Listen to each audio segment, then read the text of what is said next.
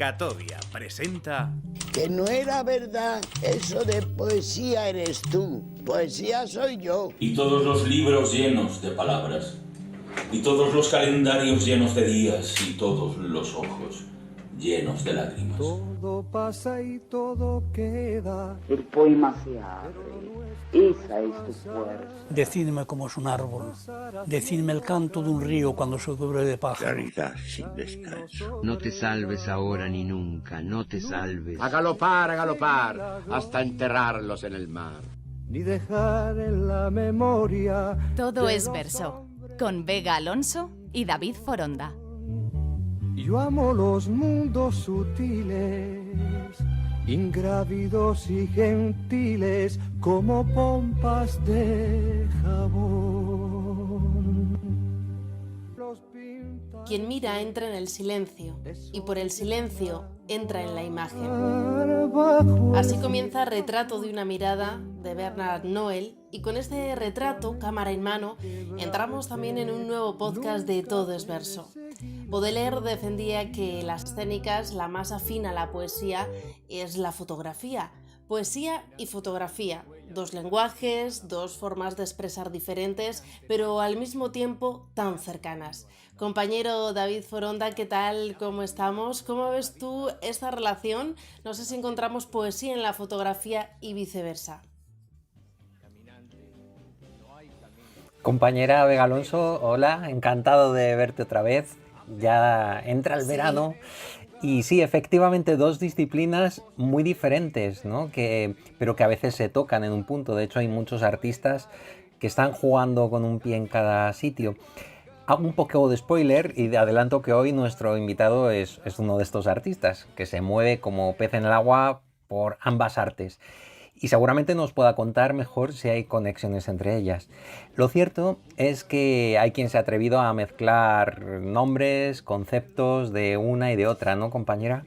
Sí, sin duda tenemos varios casos. Hay algunos fotógrafos que trabajan en lo que se llega a llamar poesía visual. El caso más conocido será seguramente el del genial Chema Madoz, pero en realidad muchos otros podrían ser también calificados de poetas visuales. Por ejemplo, la japonesa Tomoko Yaneda y sus fotografías de lugares por los que pasaron las guerras, o también podemos destacar al polifacético Joan Brossa, ejemplo del artista total. Sí, desde luego. Y bueno, y al revés, ¿no? De forma complementaria, los textos artísticos, bueno, y los no artísticos, pueden incorporar técnicas, elementos de la fotografía. Nos movemos entonces con conceptos como el de imagen-texto o iconotexto que propuso Mitchell en su teoría de la imagen, donde investiga cómo imagen y texto se pueden dar, y de hecho se dan, de modo dependiente. Sí, a veces los procesos creativos son difíciles de separar. Pasa con Brossa, al que antes citábamos, y pasa seguramente también con las propuestas descaradas y cercanas del arte pop de Uka Lile. Otras veces, pues las relaciones entre ellos son diálogo, relaciones a distancia que se van complementando, o incluso pues colaboraciones entre artistas, ¿no? Un caso muy interesante de estas propuestas intermediales es el de Alberto García Alix y Genaro Talents. Sí, en esta línea que comentas, compañera, claro, no podemos dejar de acordarnos de las colaboraciones de Pedro Díaz del Castillo con Juanma Navas en Al final de los brazos abandoné todas las ciudades, o por ejemplo con Álvaro Muñoz Robledano en Cabotaje, que es una auténtica maravilla.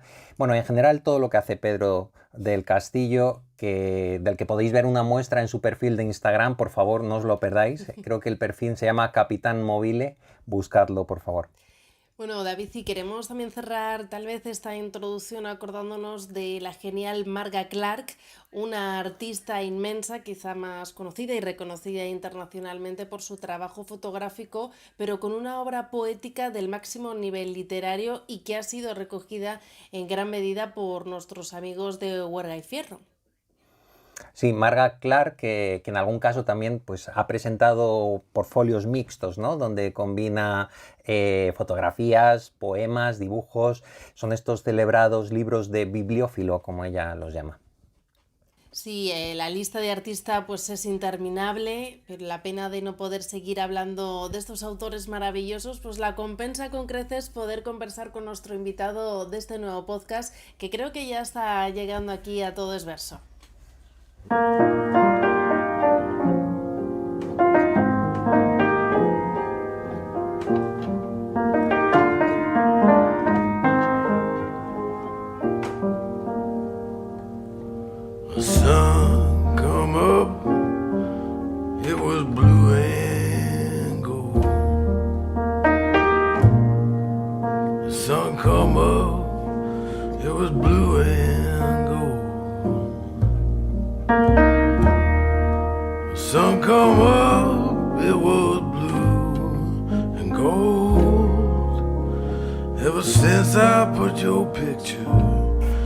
Nuestro invitado de hoy es un taumaturgo de palabras. Sabe que con ellas se forjan los prodigios y los milagros. Con palabras escribe cartas a Gilgamesh por si acaso siguiera vivo y quisiera responderle. También la inmortalidad está hecha de palabras. En el estudio de las palabras se sumerge para comprender la genealogía de los silencios y con palabras también, con los dedos extendidos en el aire, reconstruye el truco del arquitecto, orfebre al fin de todos los lenguajes de lo posible. Hoy viene con un susurro en los labios y en los ojos, pues es el susurro la forma que la palabra toma en el lugar desde el que llega, un lugar de sombra ardiente, los jardines, aquellos jardines bárbaros. Alberto Rivas, muy bienvenido a Todo es Verso. Hola, muchas gracias. Un placer. Encantado de estar aquí con vosotros y qué maravillosa presentación me has hecho, David. Qué maravilla, qué bonito. Es un gusto tenerte. La verdad que sí, qué preciosa presentación la que nos hace David, dedicada a nuestros invitados, en este caso para ti, Alberto, acabando también con ese rincón y con ese título de tu último poemario, Aquellos jardines bárbaros. No sé si nos puedes comentar un poco qué nos vamos a encontrar en este último poemario tuyo, ¿cómo lo definirías tú?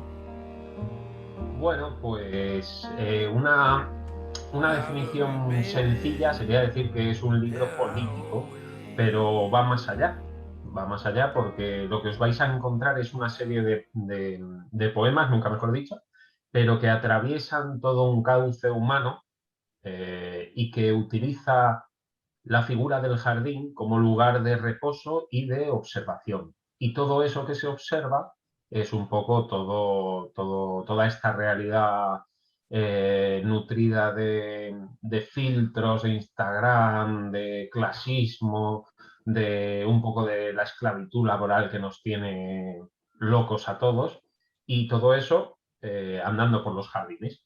Eso es un poco a bote pronto lo que os vais a encontrar. Y por eso el título, ¿no? Esos jardines. ¿O ¿de dónde viene el título? ¿En qué momento dices, el libro se llama así? El título viene porque a mí los jardines siempre me han gustado. Y me han gustado mucho. O sea, puedo alcanzar el éxtasis viendo un jardín. Y aparte, por mi trabajo de fotografía, durante mucho tiempo he fotografiado muchos jardines. Y uno, pues hombre, aprende a mirar un poco cómo cae la luz sobre el jardín y cómo la vida transcurre a otra velocidad dentro del jardín. Y aparte, la parte política que se refleja en todo esto es, madre mía, en qué jardines nos metemos a veces. Entonces, todo eso confluye en que los jardines sean un lugar bárbaro donde uno lo pasa muy bien o lo puede pasar muy mal, más o menos. Nos decías que también por tu profesión de fotógrafo has visitado, has estado en varios jardines. No sé si hay algún sitio que tú elegirías como jardín preferido, favorito. Pues te vas a reír, pero hay un jardín, me gusta mucho, no es un jardín al uso, pero está tratado como tal, en Escocia, que es la tumba el cementerio donde está enterrado Robert MacGregor, es decir, el clan de los MacGregor. Eso es un entorno verde entre unas ruinas con unas lápidas del siglo XVIII increíbles, aquel lugar eso es un jardín bárbaro y además tiene sus sus hierros oxidados, su niebla que cae, todo. Yo, si pudiera elegir uno, elegiría ese, pero como no soy escocés, pues me quedo con el Jardín Botánico de Madrid, que también me gusta mucho. Bueno. Pues Alberto, casi en frío, no te dejamos casi entrar, te vamos a hacer el primer robo del programa. Te pediríamos un poemita, si lo tienes ahí a mano, nos gustaría mucho conocer un poco más de estos jardines bárbaros. Claro, hombre, a ver, vamos a ver. Mira, hablando de jardines, hay un jardín que me gusta mucho, que es el jardín que está en la casa de Sorolla, la casa museo de Sorolla.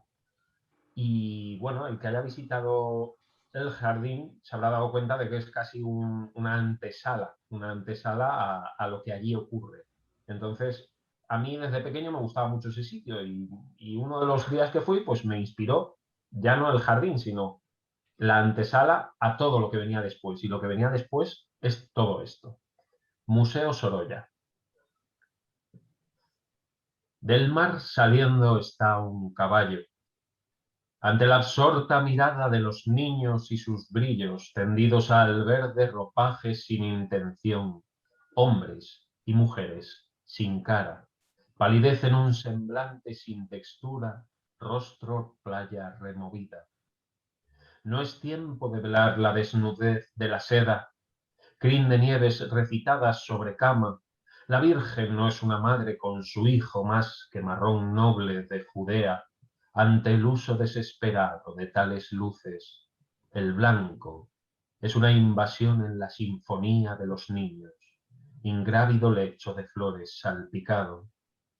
No pongas ante mí tus vestiduras húmedas, pues también salen del mar los bueyes de la clemencia. Hay un corazón francés en casi todo lo que hacemos, un romancero judeocristiano de Rodolfo Gil, una gitana que aupara a su hija a por uvas, los ataúdes siempre de pie junto a estanques y ríos, donde la piedra reconoce para sí lo que es clarividencia. De vuelta ya en el metro, un hombre mira y taladra el asiento con los ojos, quema la rutina hasta hacerla yunque, evocando viejos dolores ya aprendidos. Entiendo ahora cuál es el color de estos cuadros, sino más que poderoso clamor de silencio. ¿Quién sabe qué vino a buscar ese cuerdo animal de la memoria? ¿De qué labios está bebiendo? Dime, ¿en qué lengua calla? Qué bueno, muchas gracias, Alberto. Nos decías en la presentación del libro, en la descripción, ¿no?, que nos hacías del libro, que es un libro político. Yo, la verdad, que en la lectura he encontrado una carga política importante. Yo te preguntaría, al hilo de esto, ¿qué función social tiene la poesía, ¿no? ¿Un libro político funciona, sirve para algo o no? Es decir, ¿tiene una función en la sociedad la poesía o es más un recreo, una forma de... Es decir, la poesía, el arte, ¿tú qué crees? A ver, yo creo que la poesía... A ver, no nos vamos a quedar en lo manido de la poesía de ser política. La poesía es una recreación y si me dices si sirve o no sirve, pues te diría de primeras que no y que sí, porque como es todo y lo abarca todo, tiene que tener una función social. La función social del arte, ¿cuál es? Permitirnos ver las cosas que a veces no son posibles ver. No es posible que podamos recaer en ellas. Entonces, la gratitud que tiene la poesía para con la política es hacer posible el lenguaje de lo imposible. Entonces, hay muchas facetas que pasan desapercibidas en nuestra vida cotidiana y que son políticas y que no nos damos cuenta porque vivimos a una velocidad y vivimos acostumbrados a vivir con una inercia. Entonces, a veces simplemente la poesía es lo que nos da de frente, lo que nos hace parar, lo que nos mete en ese jardín de ahí va, no me esperaba yo estar pasando esto en mi vida y a lo mejor alguna persona no lo necesita, pero a lo mejor otra persona sí necesita de un poema para evidenciarle cosas en las que nunca había pensado. Entonces, yo pienso que tiene valor y es necesario seguir haciendo poesía, aunque sea política, más allá del panfleto, de la propaganda, del fanzine, no sé, es más o menos lo que creo. Hablando de este papel social de la poesía y también de un poco de esa característica política también que podemos ver en aquellos jardines bárbaros, no sé si eres de estar o de encontrarte en situaciones que dices, ¿en qué jardín me he metido? Sí, sobre todo laboralmente, sí. ¿Cómo he llegado a esto? Pues la necesidad, señor, la necesidad. Es así, no. No estás solo en eso, no te sientas solo. Sí, es algo compartido. Es todo un canto, somos muchos ahí, es una coral. Bueno, yo estoy a cargo de las preguntas difíciles. ¿Cómo ha evolucionado Alberto Rivas? ¿Cómo ha evolucionado tu poesía desde tu primer poemario hasta hoy? Madre mía. Pues ha evolucionado. ¿Cómo ha evolucionado mi poesía? Si es que ha evolucionado, o a lo mejor no lo sé. A ver, ¿sabes lo que pasa? No me gusta usar la palabra evolución, porque evolución no implica una mejora. Evolución, o sea, mi poesía ha cambiado mucho, muchísimo, pero porque yo he cambiado. Yo no he evolucionado, simplemente ahora soy otra persona, mi poesía es otra poesía. Quizá lo podríamos definir como una estantería en la que añades libros. Tú cuando eres joven tienes un criterio que es esto. Y cuando vas avanzando y vas leyendo, pues el criterio se va haciendo más grande, ¿no? Las estanterías de libros y la vastedad de los libros que controlas es otra, con lo cual mi poesía simplemente ha ido, para mí, desde mi punto de vista, engrandeciéndose, así. Si antes hablaba de una cosa, ahora hablo de 10. Si antes usaba una palabra, ahora uso 10. Así, a lo bestia. Algo así es como yo lo he sentido. Y eso sí, si hacemos mención a ese primer poemario que creo que era en el año 2015, queríamos preguntarte también qué queda de aquel Alberto Rivas que empezó su andadura poética en el ya mítico Bukowski, ¿no? En el año 2006, un poquito por ahí. Sí. ¿Qué queda de mí en ese poemario? Pues va a sonar fatal, pero queda una base como muy masculina, muy primaria para lo que somos los hombres siempre educados en la épica, en la heroicidad, en el salvar mujeres, en el rescatar a la princesa en el amor. Todo eso es probable que esté en esas páginas.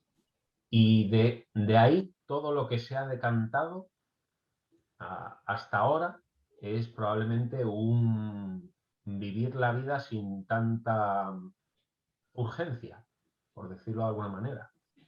Parar un poco y reflexionar sobre cada uno de los temas que ahí pueden verse. Además, es que el otro día lo pensábamos en casa y era como, este poemario no se parece en nada a Cartas a Gilgamesh y se parece tanto. Es decir, yo estoy ahí, pero soy la misma persona, sí, pero no. El sí, pero no. Pues Alberto, como ha funcionado muy bien la primera vez, el primer atraco, yo creo que vamos a intentar un segundo y te vamos a pedir un poema más. Me parece maravilloso. Te voy a leer uno que se llama Jamie Oliver, que nos gusta a todos muchos.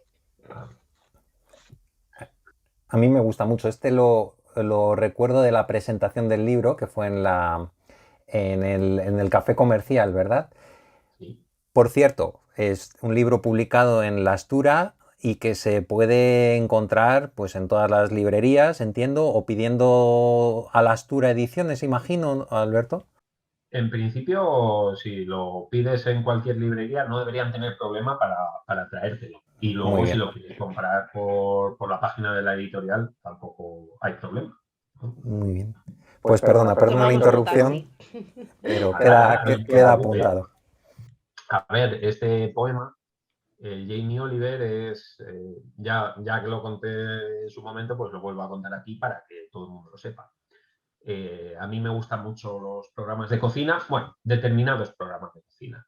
A Jamie Oliver le he seguido mucho durante muchos años y hubo un momento que se fue a Italia a ver cómo cocinaban las nonas, las abuelas, y no se le ocurrió otra manera de definir aquello como la cocina del pobre.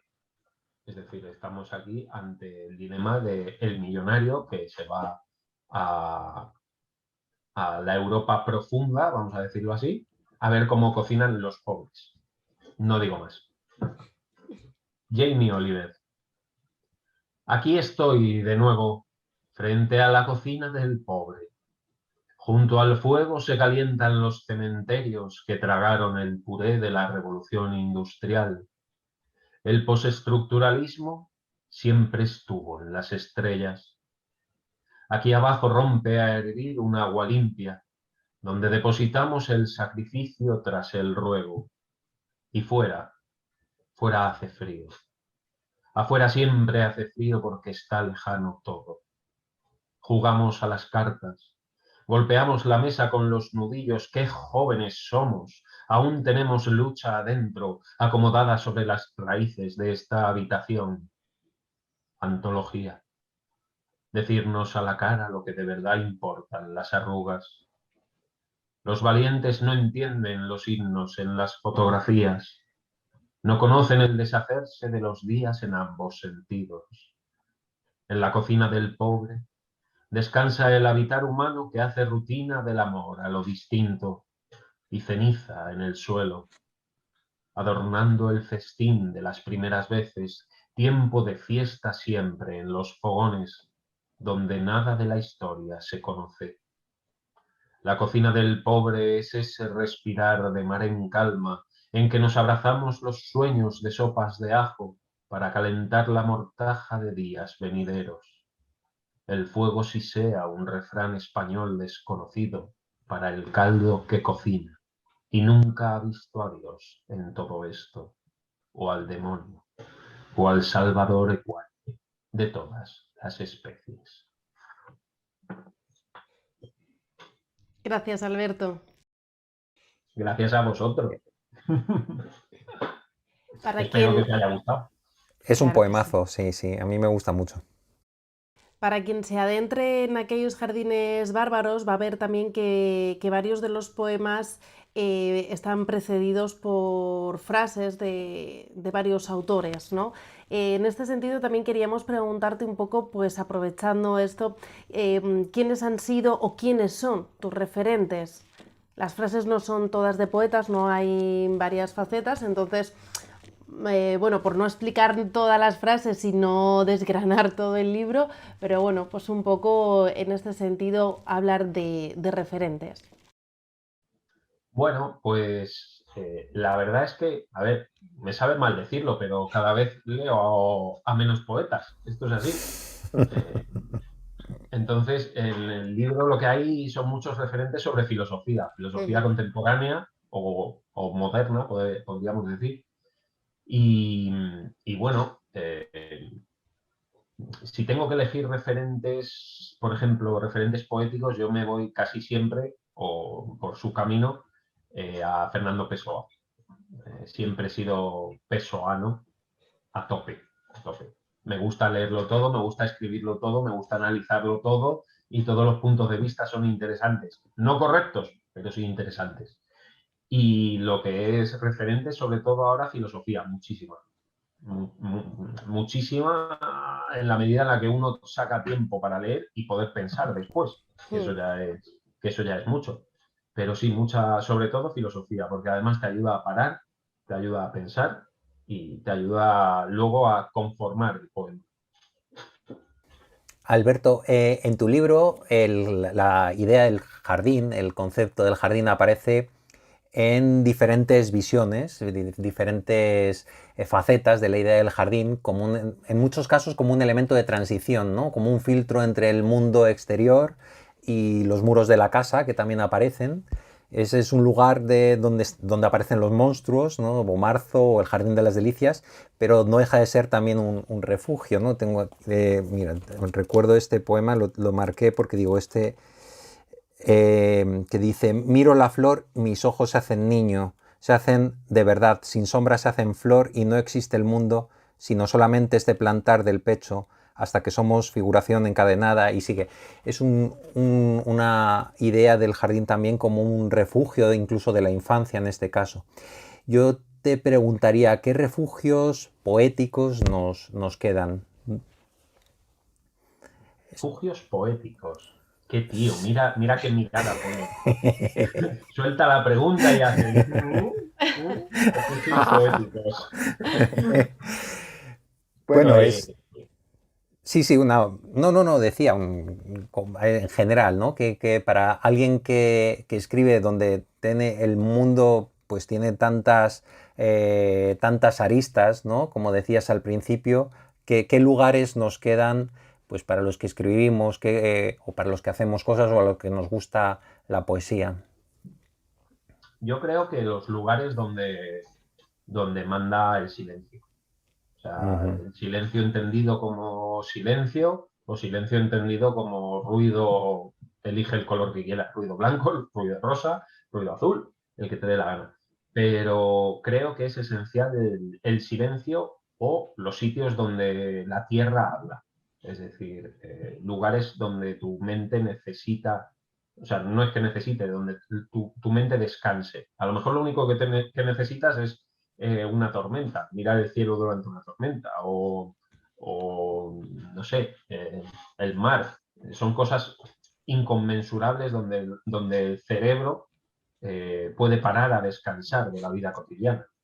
O yo por lo menos lo siento así, pero tampoco sirve de mucho porque yo la mitad de las cosas las he escrito siempre en bares, así que tampoco... Otro refugio. Claro, al final es otro refugio, o otro tipo de refugio donde uno se aísla. Lo que pasa es que uno te da unas cosas y otro te da otras. Oye, David, igual es un buen momento para hacer con Alberto uno de nuestros juegos que solemos hacer con nuestros invitados. ¿Cómo lo ves? ¿Se lo presentamos? Lo veo muy bien, pero que sepas que se te ha puesto a ti también la misma mirada esta de malicia. Con el juego, ¿no? Sí. Maravilloso. Bueno, ¿se lo propones tú a Alberto? Venga, pues tenemos, Alberto, una serie de palabras y queríamos un poco que, con lo que te venga a ti a la mente, a la cabeza, que nos describas un poco una fotografía que te imaginas, que harías, que te encontrarías con esa palabra. ¿Te parece? Venga. Vale. Pues precisamente la primera palabra que te diríamos sería jardín, que hemos hablado mucho de esta palabra, nos has contado incluso tus jardines favoritos, pero si decimos jardín o jardines, ¿qué fotografía te viene a la mente o qué fotografía te gustaría hacer? A mí una imagen que se me viene siempre de los jardines es la niebla. Nieve. La niebla como... niebla. Niebla. Sí, la niebla como lugar de nacimiento del jardín, como lugar que te va dejando el paso a esa obra que se va creando, los árboles, los animales, la mañana, porque la niebla es cosa de la mañana. Entonces, tú dices eso, yo digo niebla. Muy bien, queda registrada la imagen. Sí. Y si tienes lista la cámara para la siguiente toma, yo te digo la palabra campo. Campo. Azadas. Bodegones de maravillosas azadas viejas y decrépitas y comidas por el tiempo, oxidadas, apoyadas en una piedra y la gente desenfocada al fondo, ya harta de trabajar. Algo muy de cine italiano, de los 70, por ejemplo. Siguiente fotografía, siguiente palabra sería abuelos. Abuelos. Abuelos. La higuera. Una fotografía de una higuera gigantesca a los pies con su pozo a los pies y su casita blanca al lado, porque yo tengo la idea de que siempre hay una higuera donde hay una familia. Tú ves los campos, la ancha es Castilla, y allí hay una higuera y hay una casa. Y miras para allá y hay una higuera y hay una casa. Entonces, ese es mi recuerdo de los abuelos. Me encanta esta idea de los signos que te dicen la historia de un lugar. Está muy bien. Y te propongo la palabra cicatriz. Cicatriz. Probablemente va a sonar raro, pero probablemente, bueno, no tiene por qué. Probablemente plantas cortadas. Un montón de plantas cortadas por las razones que sean, ya sea planta, maceta, plantas, pero además de tallos herbáceos, de estos así largos, altos y cortadas. Esa es la fotografía. Hablamos ahora de una palabra que ha salido también en nuestra conversación hace poco, silencio. Silencio. A mí el silencio me lo traen siempre las montañas. Las montañas son como las grandes silenciosas. Esas que están ahí, nos vigilan, nos ven, pero son las grandes silenciosas. Y el único sitio donde yo he escuchado el silencio ha sido en lo alto de una montaña. De no escuchar absolutamente nada. Escucharte a ti por dentro casi. Pues compañera, vamos con una última quizá para cerrar este álbum, este pequeño álbum de fotografías poéticas. La palabra cartas. Ay, cartas. ¿Tú sabes que mi familia toda trabaja en correos o ha trabajado en correos? No lo sabía. Tú me dices cartas y para mí es la familia. La familia, reunión familiar. Cartas enviadas, cartas recibidas, cartas escritas, aunque sea Gilgamesh. De hecho, de ahí vienen las cartas, porque toda una familia, toda una estela epistolar corre por la familia.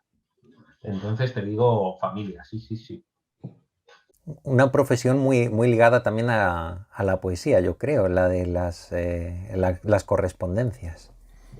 Es que antes se escribía de otra manera. Sí. Pues nos quedamos con todas estas fotografías poéticas que hemos hecho, Alberto, hablando precisamente de fotografía y de poesía y también con tu faceta de fotógrafo. Queríamos que nos contaras también un poco qué vinculación existe para ti entre la poesía y la fotografía, esas dos artes que coinciden en muchos aspectos. Pues es sencilla, porque realmente si lo piensas, un poema funciona a base de imágenes y al final cada verso, que es una imagen, tú lo puedes construir como una fotografía, quizá no literalmente, pero sí puedes construir poemas con fotografías y fotografías con poemas. O sea, son vasos casi perfectamente comunicantes, porque al final la imagen es el poder que tiene. Donde tú la pongas, funcionará mejor o funcionará peor, pero el caso es que funcionará. Entonces, a mí, sobre todo en este último libro, me gusta hacer imágenes largas, imágenes que den un contexto claro para, o sea, dentro de que la poética pueda ser más, no sé cómo decirlo, pueda tener más significados, sí que es verdad que los contextos que intento dar son muy concretos. Es decir, que si algo ocurre en un cine, ocurre en un cine, y que si algo ocurre en el Museo Sorolla o ocurre con Jamie Oliver, es eso, y no es otra cosa, no hay doble sentido.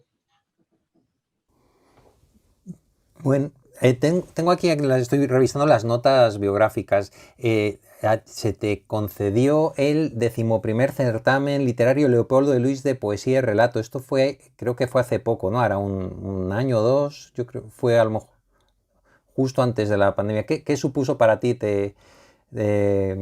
recibir el premio?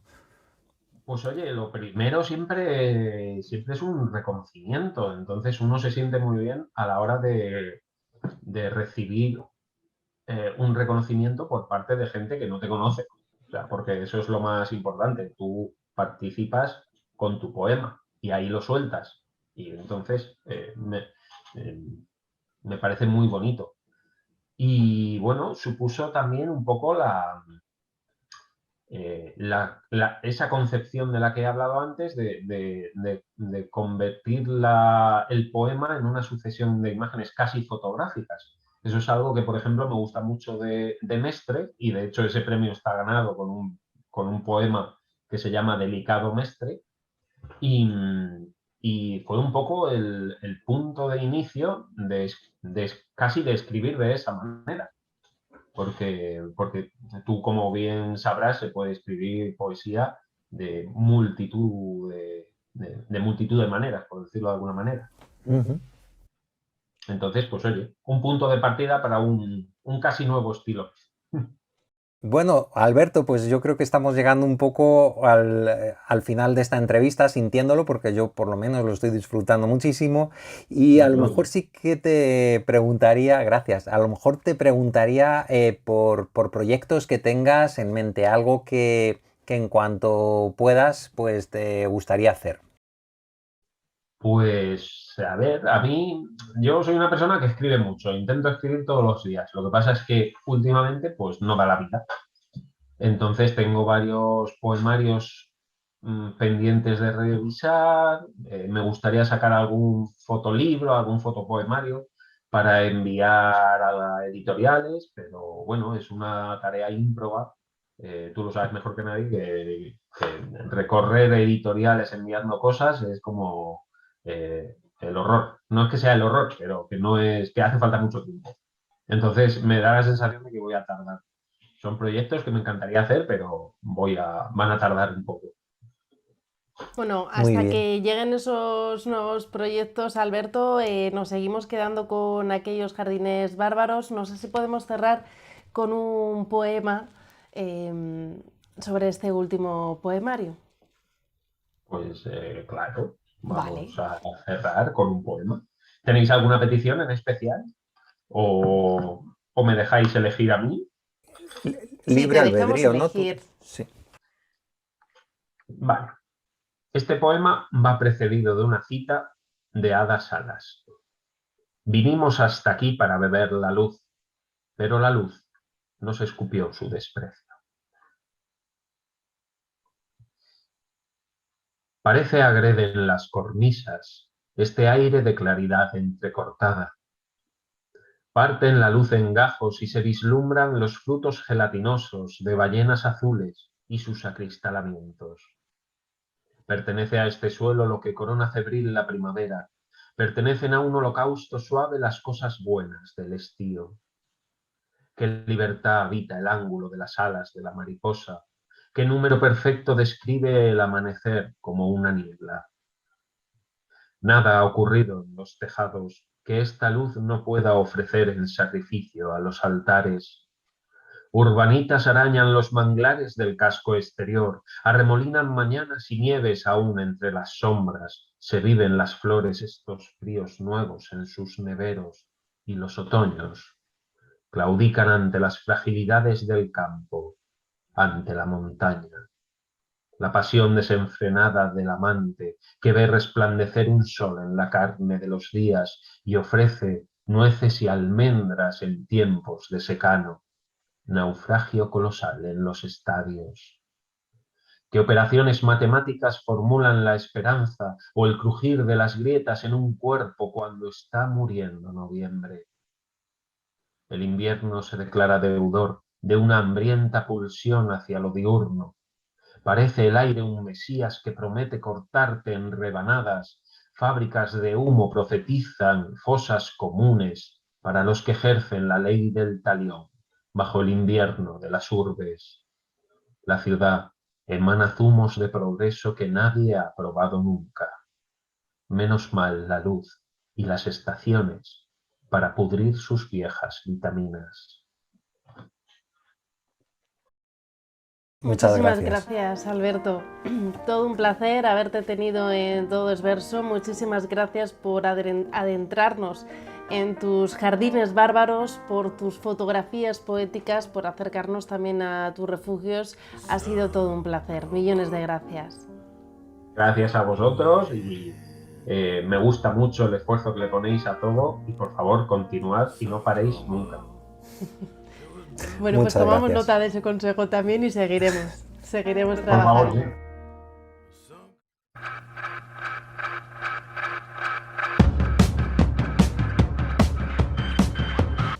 Último tramo de nuestro podcast y, como no, uno más lo dedicamos a nuestra agenda poética. David, ¿qué tenemos por delante en los próximos días?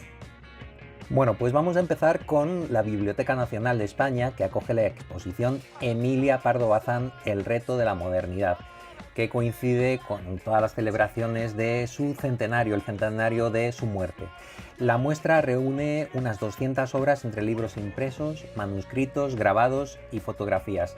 Se podrá ver hasta el 26 de septiembre. Y de la Biblioteca Nacional pues nos trasladamos al Teatro Español, que acoge la obra Una noche sin luna, una obra de teatro que recoge entrevistas, charlas, conferencias de Federico García Lorca. También podremos disfrutar de fragmentos de sus obras y también de algunos de sus poemas. El actor Juan Diego Boto es quien se mete en el papel de Federico García Lorca y se podrá disfrutar hasta el próximo 11 de junio. Pues anotado queda. Además, en estos días, varias ciudades están celebrando su particular Feria del Libro. Acaba de terminar la de Cáceres, Valladolid, Burgos, y en estos días podremos disfrutar del recorrido de las casetas en otros lugares, como Torrelavega, que se celebra del 24 al 27 de junio, o en Gijón, que es del 17 al 20 de junio. Bueno, pues con estos eventos nos quedamos en nuestra agenda poética, David, pero antes de despedirnos queremos recordar que estamos preparando un podcast muy especial para terminar esta temporada, la tercera temporada de Todo es Verso, y que va a versar sobre poesía infantil. Así es, cierra el curso escolar, cierra también nuestro curso particular y, por favor, si conocéis a niños, niñas, adolescentes que escriban poesía o cuentos, os podéis poner en contacto con Todo es Verso para participar en nuestro próximo podcast.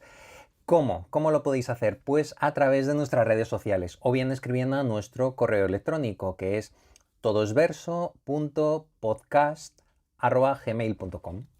Bueno, pues esperamos vuestra colaboración una vez más. Mientras tanto, en Todo es Verso seguimos trabajando para preparar este nuevo podcast dedicado a la poesía infantil. Gracias por escucharnos, por estar al otro lado y hasta dentro de 15 días. Ya saben, a leer mucha poesía, poesía necesaria. Hasta la próxima. Pasar haciendo caminos sobre la mar. Nunca perseguí la gloria, ni dejar en la memoria de los hombres mi canción. Yo amo los mundos sutiles, ingrávidos y gentiles, como pompas de